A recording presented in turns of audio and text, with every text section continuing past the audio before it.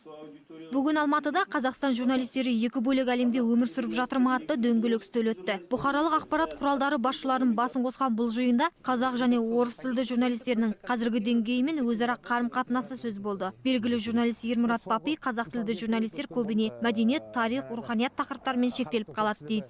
Қазақтың әлеуметтік ортасы мен орыстың әлеуметтік ортасы екі бірдей кеңістікте өмір сүріп отырған сияқты маған елестейді. Бұл жерде мүдде қақтығыстары бар. Екі тілдегі бақтың арасында осындай тілдік тұрғыда ғана емес, әлеуметтік, саяси, ұлттық тұрғыда да қақтығыстар жүріп жатқанын мойындаймын.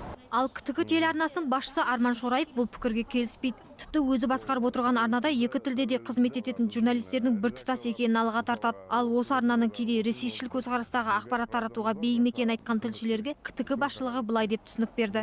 Мүмкін ондай әлгі біздің Ресейдің арна сериалдарын көрсеткеннен мүмкін туындайтын мәселе шығар. Ал жаңалықтарда бізде ондай жоқ. Ресейдің позициясын біз ақтап атқанда жоқпыз, қаралап атқанда жоқпыз. Біз оларға кәдімгі объективтік түрде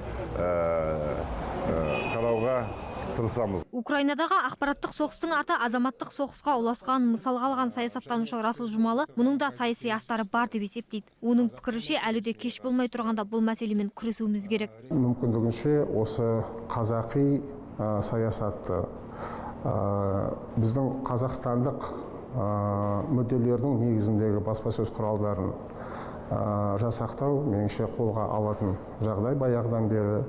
Оның ішінде өзіміздің ұлттық ақпараттық кеңістігімізді күшейту мәселесі. Басқа мемлекеттердің, әсіресе Ресейдің жетегінде кетпейді. Статистикаға сүйенсек, елімізде 344 қазақ тілді, 758 орыс тілді, 727 қос тілді, 282 үш тілді ақпарат құралдары жұмыс істейді екен. Бұл өз кезегінде мемлекеттің 50-50 дейтін талабына сәйкес келмейтін анық аңғартады. Ақбота Мұсабекқызы, Юрий Проводин, Серік Қаржаубаев, Қазақ Ньюс, Алматы.